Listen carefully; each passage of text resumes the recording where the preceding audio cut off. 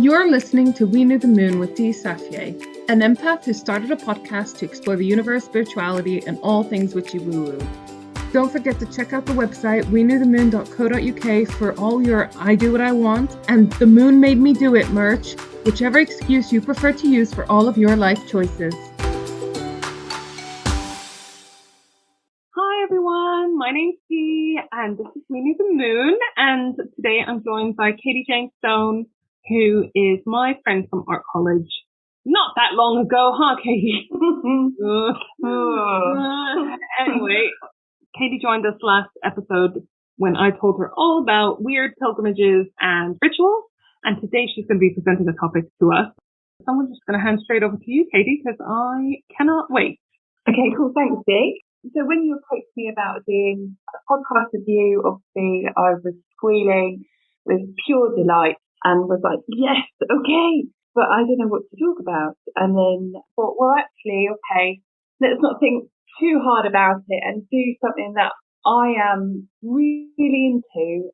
This is something that I've always been interested in, symbolism and animal symbolism and origins of the meaning of flowers and everything like this. And when I was in art college, I remember my final piece, I was really getting into the backstory of flowers, and I wanted to illustrate these stories, and I was just like, I'm just really getting into it. And then I did a final presentation and I was completely just shot down. It was just, who would want this? And it was really hard. Art college sucks, doesn't it? Oh, tell me about it. It really does. So much more since I've left. It's unbelievable. I should say I only did my BTech and that's when I met you. But it really fucking sucks how art is subjective, isn't it? So yeah, totally. It really is. And of course, there's going to be different types of art that you appreciate and others that you don't. Yeah. And you expect the tutors to be open-minded, but they weren't. They had their favorites and they had their styles that they liked. And if you didn't fall in that, yeah. And it's all about, embracing everything. But it's like, well, no, you don't fit in our mold, so you got to go. Yeah. So that was, many years ago now. And so I sort of just left everything, even art-wise. But in the past 7 years, I've gone, fuck it, no, do you know what? This is what I like and this is what I'm doing. I'm going to put your details, your Instagram and stuff, in the show notes so that people can follow you, because your work is just so fucking adorable and amazing. Like, it's just the right amount of weird, cute. I would create characters that manifest the feeling. It could be of just pure joy, just like, oh, I love it. Or, I did a set of sea monsters. I just love sea monsters. And one of them, my partner just calls the bastard. He's like, oh, that's a bastard, that one. he doesn't like it. He doesn't like looking at it. So what do you think? Because he just looks like a bastard. Well, when this episode comes out, I'm going to share a picture of the bastard. Yeah? yeah. So people know what we're talking about. It's this childlike joy that I get from a lot of your artwork, which is so cute. So basically, I've been into symbolism for a very long time, grew up with superstition. I mean, you're Welsh, so everyone Welsh is a little bit superstitious-y, huh? Totally. And I love birds, and we went to a charity shop and I saw this beautiful green duck. I love green. We've got a green front room, and I was like, oh, Jay, look at this duck. It's so beautiful. It's green. I just need to take it home. And then I have to make it so where I place it has to face the window. So a bird in a house has to face a window or a door. But you have to do that, because if it doesn't, that's been brought down from my grandmother. It's these little things that I just make sure I do, just that I don't want to annoy anything. The fairies or something, yeah. So anyway, moved to the island 7 years ago, and I feel now that I'm at a better place. I'm a different person, and I'm going, fuck it, I like this, I'm going to get into it. It's paying off but you're artist in residence. Oh, yeah. So currently, I'm just in my last week of, but this is all thanks to you, Dee, with your moon circle that I joined a while ago. And it is, and I've said before, and I'll say on the podcast, Dee invited me to a moon circle, and I was like, I'll give this a go. And then she did a meditation piece, and things have changed. And I really, really, I'm quite open-minded. I'll just go like, I'll give anything a go, really. And I really think, gosh, that's really focused me in a way, and things are changing. And I've got like an excited feeling about where my path is going, and I'm just, and that's thanks to you, going, okay, well, where do you want, that thing of, what did you say, you meet yourself in a year's time, or what did you did the future self guided meditation. That's just like amazing. Such a good one, isn't it? It's so good. Good one.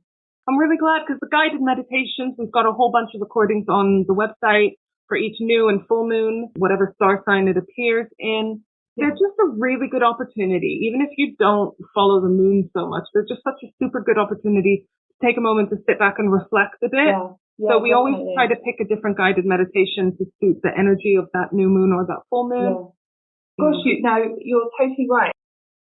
Oh gosh, I don't know where we're going. Well, anyway, so if we go back to what I should be talking about, I've always felt like I noticed my surroundings. You're a very visual person. Yeah. Well, it started off when I drive to work, I have to go on the downs, which for some reason is high up, and it's called the downs. But on a windy day, there'll be crows, and they're just playing. They're playing in the wind, and I'm just like, why are they doing that? They're just jumping up and going, way, and back down, and then it's like, I'm gonna have to play. I'm a fucking crow. Yeah. Oh, motherfucker. I just love that. It's thinking, it's going to be a windy day. The crows should be playing today. So I've started to take even more notice of animals, or, and I'm so happy I've got Bobby and Barbara, two blackbirds that live in my garden. And they bring their chick out.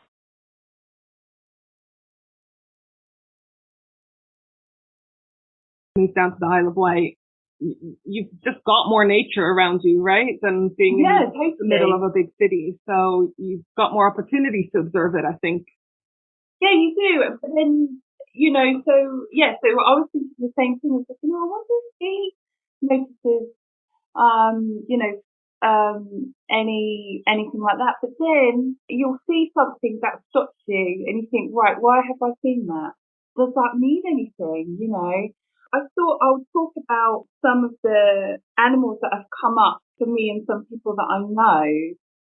So we were talking about animal symbolism. Actually, when you said we want to talk about something, a little bit witchy, a little bit woo-woo, and then when you look into it, there's so much witchy stuff everywhere.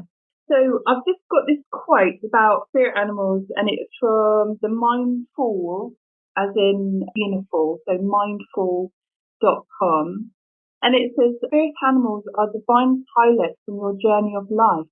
It relates to you with its unique skills and characteristics, and manifests itself to help you overcome the challenges on your spiritual walk.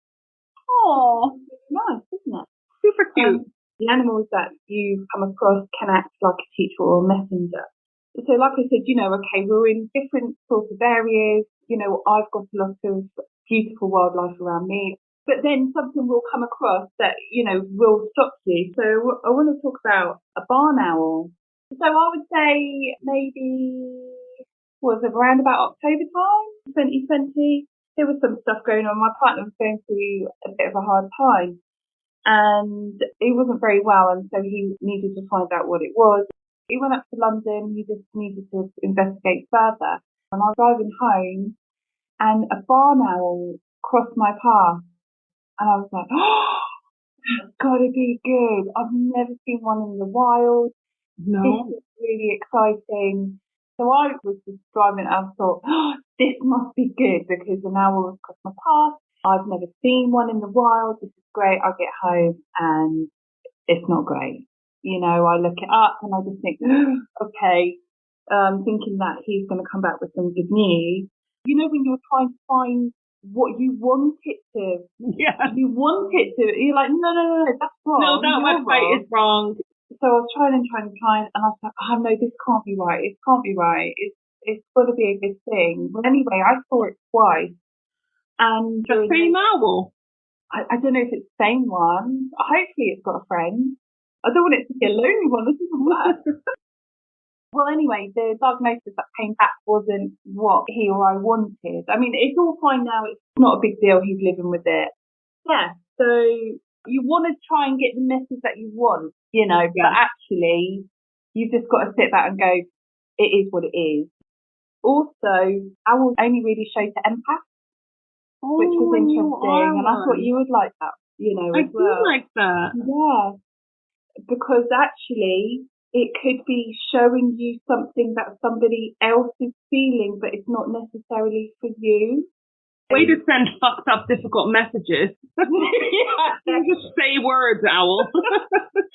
you owl. Yeah, so that was one of the animals that sort of came to me that I thought, oh, actually, this is really interesting. And I couldn't manipulate what I wanted it to tell me, you know. And I got an old school friend on a different note. An old school friend contacted me and said, oh, would I make a logo for her? She was setting up a business with another therapist. It was a therapeutic services for children and adolescents and their families. And she was like, yeah, could you make me a logo, like a heart or maybe something in a rainbow? And I was like, okay. I said, let me look into it, you know. When I was doing some research about, you know, when she sort of gave me a short little brief and came across about a dragonfly. Do you know much about a dragonfly?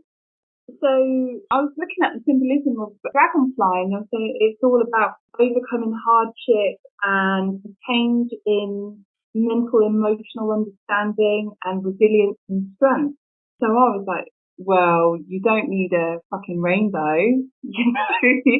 So I did her up a design, and then I explained it to her, and I said, you know, if you've got, you know, children and adolescents coming in, at least you'll have a symbol to show them. So this is why we've got the dragonfly. And then I had visions of people coping or, you know, managing their lives better and all getting dragonfly tattoos and just being like, this is what it means. Like, yeah. You know, both of them went for it. They were like, yeah, okay, just, you know, because there's the meaning of it, and you've got something you're giving someone. It's like an emblem. You're going through something and then you're by a river or, you know, a pond, and then you see dragonfly. I've only seen one once, you know, like a really big one in a bakery. Oh, okay. And everyone was screaming, ah! Wow, look at that. And I'm like, ah! I mean, I quite like them, but probably not in a bakery. No, but they're huge. You don't think how massive they are. And then a friend of mine, she's a fellow printmaker, and she was going through a little bit of upheaval. I actually messaged her and said, Deborah, can I talk about you and your spirit animal? She was like, well, yeah, whatever. You know, when it's a new friendship, yeah. And she's very close, you know, she just gives me little nuggets, and then she's like, oh, you didn't tell me that. And she's like, oh, I'll have to go. We'll maybe meet up another time. I'm like, tell me more. She's like, just in passing mentions, oh yeah, that time I was hanging out with Mick Jagger, and you're like, wait, what? Yeah. She's like, oh, I've got to go. I'm like, no. She does beautiful artwork, and then she goes off and she takes pictures and she posts them online. I was like, oh, that's nice. But there's been so many of a heron, and she was like, oh, there's a heron again. Or should be somewhere else and there's a heron. I was like, Helen, I'm not being funny now, but this is your spirit animal. It must be. And then she was like, you know, lol. I was like, no. So I was like, lifting it up, and I was like, okay. I said, look, it's about being patient. And I know she was going out more because there was a lot of upheaval. And so I said, look, you know, this is just about patience now. You need to be patient. There's stillness and peace is coming. And now she's just like, hey, things have just sort of worked out. So really, really cool. Then we were talking about how you might notice something and you try to make it fit into what you want.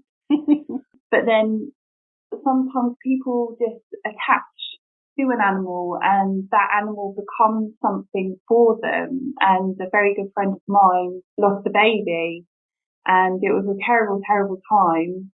But for some reason, rabbits have come into her life, and that's symbolism of the baby that she lost. Rabbits are strongly linked with Ostara, Easter, rebirth, fertility.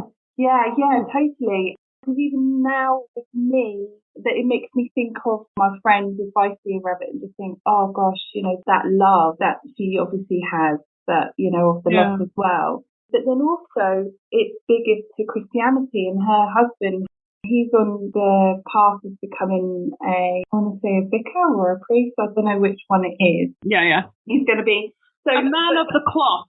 Yes. Yeah. It makes me feel happy that that's their sign. That's goosebumps. Yeah. In other cultures, rabbits are evil, and they're yeah. Whoa! Right. I mean, they can be little fuckers, but like, in which culture is this? That's hilarious. But then they have it because they burrow underground. They can go between both worlds. And do you know who thinks rabbits are completely evil? My dad. I'm like, really, Dad? And he can't stand rabbits. He hates them. He goes, the thought of touching a rabbit. Oh. Did he have like a bad experience, or is there some Welsh folklore? Well, he's from London, but I don't know. How can a rabbit be evil, Dad? Look at it. He's just like, ugh. And I just think, well, okay. Just even him saying the thought of touching one. I'm like, what, a beautiful fluffy rabbit? Oh, horrible. Does he hate all fluffy things? Like, is he okay with like dogs and stuff? Yeah, he's a little bit scared of dogs. He doesn't like just not like animals. No way. No. My dad, no. My dad's fair. I'm not having no. He can have a weird quirk, like not liking a rabbit, but he's got to like animals. Yeah. Oh, bless him. When I go home, I ask him, I said, have you gone on spider patrol? And he has to go around the whole house to see if there's any spiders that he has to not kill them, just remove them. Yeah. Just remove them, please. Right. But now I'm much better. I'm all grown up now. I don't like a funky spider. I read somewhere about a house spider, when they start to come in to find their mates and stuff, if they're the size of your palm, they could be about 25 years old. And I'm like, oh, okay, all right. I've got some respect. You could come in for a bit, get it on, and then you need to leave. But have you heard of, talking about spiders, but I did a little, comic strip about a garden spider. Oh, I love them. They're so beautiful. And then I have garden spider babies, which are yellow, and they're all my blue shed. And I was just like, ooh. And I looked them up because I was like, oh, I'm going to do like a little strip about a spider. And I looked it up and I was like, oh my gosh. So basically, the mummy spider makes, oh, sorry, I sound like I'm talking to my class, right? The mummy spider. Yeah. So she has a web, and all summer she's eating and just having a great time and getting it on with boy spiders, and then the spiders fuck. Yeah. Well, how did they do it then? I thought they do. They lay their eggs, and then the guy comes along and does whatever. Oh no, this is pure summer loving. This is all nice. I think. You know what I'm Googling? Hey Google, do spiders have sex? On the website NBCnews.com, they say spiders reproduce sexually. However, the male sperm is not inserted into the female's body from within the male's genitals. Do you want to say where? You're leaving us on a cliffhanger. Oh. All right. I get from that they have sex, but it's weird, kinky sex. This is so fun. Yeah. Well, anyway, so in the summer she's all doing that, and then when it starts to get colder, she goes and finds somewhere warm to lay her eggs, and then she wraps them all protectively in a little case, like a silk case or whatnot, and she just protects them, and then the frost kills her. And then the babies hatch, and they just don't know that their mum looks after them and protects them. That is just pure love, isn't it? That is pure love. That turned dark real quick. I don't know how I feel. So I've done this little comic strip on it. I did a lino cut of this story, very simply done. And in the residency, I've got it up in the window, and people go, oh, look! You can see them through the window, going, oh, and they go, oh. Yeah, well, it's not for your kids' war, is it? That's nature. That's how it is. Yeah, I'm full of these stories. These build you in, they're like, oh no. And that's why you're here, because I love those stories. So I mentioned before about Bobby and Barb in my little blackbird family that are in my garden. I was up silly early one morning and I was sitting in my sunroom. I think people call it a conservatory, but it's a sunroom. And I was just having a Welsh English thing. It's just like the sun comes in, makes it too hot. Everyone's got to leave. Yeah. I was sitting in there. I was having a cup of tea, just looking out in the garden, and this little bird comes so close to the door, and I was like, "What's going on?" I was like, "Shit, that's a wren!" Oh my god, I've never seen a wren before. Then I'm in where I am today, like in my little studio. A wren comes and he's on the fence next door and I can see him and I'm like, oh my gosh, I've got a wren. This is amazing. I've never seen a wren. I need to see what a wren means. Then I just went down a rabbit hole. They are so cute. They are super cute. And they're just like little portly little things with their little tails sticking up. Did you know, Steve, that they are king of the birds? The king of the birds? Did you know this? No. I mean, if I had to pick a king of the birds, yeah, you'd go for either something like a peacock, or maybe you go like evil dictator, like a vulture. Yeah. Or like an eagle. Yeah. I was never a whole peacock. I like how you've done there. Oh, because I went like showy emperor, emperor's new clothes. Yeah. But yeah, you would never think, oh yeah, king of the birds, the little wren. Yeah. Well, exactly. So I was like, what? This wren, this such a cute little bird. And some people love the bird and some people hate the bird. Well, who's hating on the wren? I know, exactly. Why do you hate a wren? Like, what's wrong with your life? Who fucking hurt you that you're displacing this hatred onto wrens? Well, I'll tell you a quick story of why the wren is king of the birds. So apparently, a while ago, this is from memory now, all the birds got together to try and decide. Wait, this is from memory, like when you were there, when all the birds got together? Go on. Yeah, so I don't know, I was about 3 at the time. And so apparently all the birds got together and decided they needed a contest to see who become king of the birds. So it was decided, probably by a big bird, that whoever can fly the highest will become the king of the birds. So all the birds are like, yeah, okay, I'm up for this. So they all shoot off, but the wren hides in the eagle's feathers. Basically, they all soar up, whatever, and the eagle's like, yeah, look at me. The eagle goes the highest, thinks, right, I've done all I needed to do, starts to descend when the wren jumps out of the feathers and declares, I'm the king. The wren was higher than the eagle. You fucker. Yeah, wow. So I'm like, well, that's cheeky, but that's very resourceful. So apparently later on in the story, the eagle is, a bit nipped about this and gone like, well, actually, no, that's not fair because, I'm the strongest and I flew the highest. And I don't know why I keep saying the wren is a she and the eagle is a he. It is how I do it. And some of the other birds are everything in between and non-binary. Yeah. So the eagle's saying, well, that's not fair because you were tricking and that's not, what you should do. Because you're an arsehole because actually I'm the strongest. And then the wren says, well, why should you be king on your strength when actually it's, my quick thinking? And I'm like, damn right, that's a woman. That's why.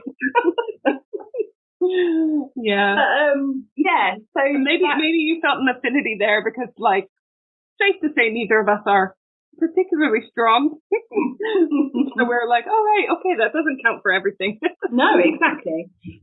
So then that's why the wren is king of the birds, and it's actually an old fable by, I want to say, Plutarch, who is a Greek philosopher.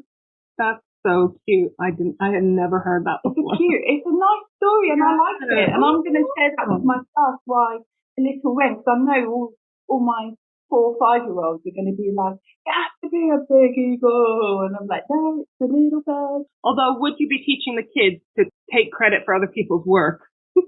That story could be taken in a few ways. Yeah, it depends if you're pro eagle or not, you know. Yeah. Where your loyalties lie. The bird world. Yeah, exactly. So that's interesting about the wren, and apparently the wren feathers are deemed lucky, especially if you're a sailor. So many years ago, they would have a wren feather, which will save them against, or protect them, I should say, against shipwreck. And then somewhere else I read was that the fairy queen would form into a wren. And actually the wren name in Latin is, oh gosh, something like, I'm going to make it up, but it's like something. Hey Google, what is the Latin name for wren? The scientific name of wren is troglodytidae. Is that what you were going to say? No. Troglodytidae?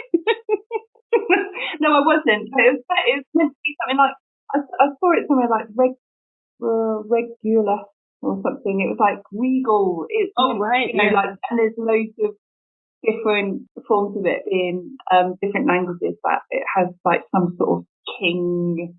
Then that makes sense from a Greek philosopher. So. Yeah. Hey Google, who is the king of the birds? Eagle. According to Wikipedia, eagle is called the king of birds, but this title has also been given to the wren. Thank you. Right, well, anyway, he's obviously pro. Some people are pro eagle. So when I was looking into this little wren, and I was thinking, I'm going to do a little story, I'm going to illustrate a little bit of this. I really love this. I was looking more then about the wren and the symbols, and then there's a festival called Hunt the Wren. Hunt the Wren? I don't like that. No. Why are they hunting the wren? Are they actually hunting the wren? Yeah, because they used to. I don't think they do it now. They might have a pretend wren. But especially on the Isle of Man and in Ireland, basically what they would do on the 26th of December, which most people know as probably Boxing Day, but it's also St. Stephen's Day. Mm-hmm. And I think the wren either portrayed St. Stephen or Jesus. But what people would do, they would go out and kill wrens. Oh. I mean, beautiful little wrens. I don't know why. They would catch a wren and then they would kill it, I think, and bury it in the church graveyard and then do a little song or something. And then there was like wren boys. So these groups of boys would go out, find a wren or collect a wren, and they would have it hung up by its feet on like a pole. kite. I think they would have it encased in like a holly cage and have it tied up in there and then decorate the pole with ribbons and stuff, and there'll be like money for the wren looking around door to door. I suppose like a trick or treat, I suppose. And then I read somewhere, this might be all bullshit, but I read somewhere if you didn't give any money for the wren, because the whole idea was that you would give money for the wren and then you will have good luck or good fortune. If you didn't, they would bury the wren under your house. So it would be like, fuck you. You know? Like, fuck you, here's a dead wren. I know. So, that's intense. I know, isn't it? I don't know how you're going to make a cute little comic strip about that. I don't think I'll do that. Apparently still do the festival on the Isle of Man. 24th Wren, I'm Googling this. Oh, they host a dance called the Wren Ball. Yeah. That sounds cool. I Googled it on my computer so that I could see images. Mm-hmm. Oh, it looks a bit creepy. Yeah. Guys would wear like straw, everything. This is what I'm looking at, and I think what you're talking about. Yeah. That's it. Yeah. Yeah, like wearing some kind of straw thing, or you know what it looks like? It looks like a Hawaiian grass skirt, but from all over their body. Yeah. To look like a wren, supposedly to look like a wren. Doesn't look like a wren. Looks terrifying. Like, yeah. It's weird, isn't it? You know, I like to think then, I think, do these wren know? Do these animals know that we're just like, no, I'm just here trying to get a berry, and then you're like, oh my God, what do you mean? I'm just going about my day. Trying to find a nice cozy place to poop. And you're posing this meaning of life and death on me. Like, Jesus, no pressure. Exactly. And then have you heard of the Queen's Beast? Yes. No, I do know this. Oh, have you? Yes. They were on the logo of a charity that I work for. Oh, right. Yeah. If we're talking about the same thing, are we talking about the lion and the unicorn? Oh, I've got 10. Oh. No. Are two of them lion and unicorn? Yes. Okay, cool. Yeah. Yeah. So, like, basically in things that are related to the Queen and this charity, she was the sovereign head of the charity. So in the logo, it was like the cross. In between the spokes of the cross, I don't know what the word is, you had 2 lions and 2 unicorns, and they were the favorite part of the logo because, like, fucking unicorns. No, yeah. Right? Yeah. So when I was sort of looking at what we were going to talk about, and it come up like the Queen's Beast, and I was like, oh my gosh, no, I don't know anything about this. Anyway, so I've looked into it a little bit more, and there's 10 Herald Statues which were in line somewhere during her coronation in 1953, and now these statues are over in Canada, and each one has a coat of arms which represent a family of her ancestry. Oh, because I think the unicorn is like the national animal of Scotland. Yeah, that's right. Yeah. So she's got a lion, a white greyhound, a Yale. What's a Yale? Wait, I'll come to okay, you're gonna a red dragon, obviously. A white horse, a white lion, a unicorn, a griffin. Love a griffin. A black bull and a falcon. So I was like, okay, yeah, I know all of these. What the fuck is a Yale? Yeah. Oh, see, then I was looking at Yale University, see if they had it on there. But, they got a bulldog. I know that from Gilmore Girls. A Yale, it's like an antelope-esque white and gold animal with tusks of a hog and horns that move on their own in any direction. What? I know, I'm thinking that's a little bit devilly. Oh my God. If I saw that, I would think it was like the royal goat or something. But yeah, it basically looks like a goat with tusks and a bit of a lion face. Yeah, I've never known, I don't know if it's called something else. Have you seen those paintings and stuff of animals that obviously the artist has never seen them? Where they're like, yeah, I can paint a horse. That's my favourite. I know. Yeah. That was pretty much my thing, really. But Dee, I have got a story for you if you would like. Yes, I would love a story. Okay. So this is a Hans Christian Andersen story. It's very, very short. And I've thought of you because it's called What the Moon Saw. Oh. Do you know these? No, I don't, but it sounds lovely. So What the Moon Saw, written 1839 to 1840. And so there's an introduction, and there are how many evenings? There's loads of evenings. So they're all very, very short. Gosh, 33 evenings, but I'm only going to read you one. The introduction is basically, I think he's a boy, and the moon comes and tells him a story every night. What he's seen. Right, so this is the 3rd evening. In the narrow lane close by, it is so narrow that my rays can slide down the walls of the house for only a moment, and yet in that moment I see enough to understand the little world staring below. I saw a woman. 16 years ago she was a child, and out in the country she used to play in the old parsonage garden.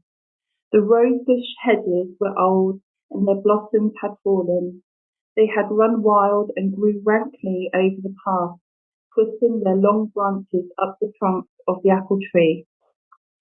Here and there a rose still sat on her stem, not so lovely as the queen of the flowers usually appears, but the colour was still there and the fragrance too.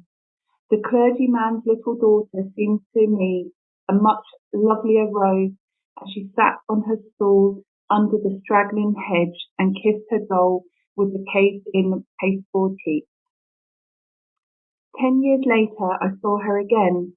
I saw her in a splendid ballroom, and she was the beautiful bride of a rich merchant. I was happy over her good fortune and sought her again in the silent night. Alas, no one then heeded my clear eye, my trusty watch. My rose also grew up in rank wildness, like the roses in the parsonage garden. Life in everyday world has its tragedies too, and tonight I witnessed the final act. In the narrow street, deathly ill, she lay upon her bed, and the wicked, rough and cruel landlord, now her only acquaintance, tore her blanket away. "Stand up," he said. "Your cheeks are enough to frighten anyone. Dress yourself, get some money, or I'll throw you into the street. Get up and hurry." "Death is in my breast," she cried. "Oh, let me rest." But he dragged her up, painted her cheeks, and put roses in her hair, set her at the window with a lighted candle beside her, and went away. I stared at her. She sat there motionless, though her hand fell down into her lap. The wind pushed against the window until it broke a pane, but still she did not move. The curtain fluttered about her like a flame. She was dead. There at the open window sat the dead one, my rose from the parsonage garden. What? Getting that? She prostituted out. It all went to shit. Fuck. That's so sad, isn't it? That's really sad. I love how the moon told the story and how he remembered her from before, but then he was seeing the tragedy. But the moon couldn't do anything. He just had to watch. I'd be like, fuck off, come back with a better story tomorrow. Thanks for that. Thanks for telling me that. What am I meant to do with that? I know. I'm sorry that's so, but I just, You know what you should do? You should do Instagram live where every day you tell one more of these stories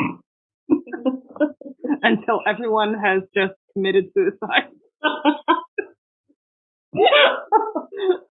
It's happy story time for me again. How are the kids in your class doing? They okay? It's such a sad story, but I think what I love about it is that it's morbid as fuck. Yeah, but it just gives you that emotion, that you might not always feel. So sometimes it's good to feel something like, oh, that's really shitty. I feel like shit. That's horrible. It'd be good for some shadow work shit, trigger yourself and try to delve deep into why that makes us feel so fucking awful. Maybe for the next one, I'll find the happier moon one for you. Yeah. Good night moon or whatever it's called. Yeah. Oh, Katie, thank you so much for that. Thank you for having me. I'm going to have you back because your storytelling skills are second to none. And it's just been such a pleasure. So thank you very much. Bye. Great. Bye. If you want lots more fun, moon info, and all things spiritual, plus our merch shop, please visit our website, weknewthemoon.co.uk. And if you want even more, head over to our Patreon page, patreon.com/weknewthemoon, and check out some of our bonus content. We're also on Facebook and Instagram at we.new.the.moon, and we're also on Twitter at weknewthemoon1. See you next time!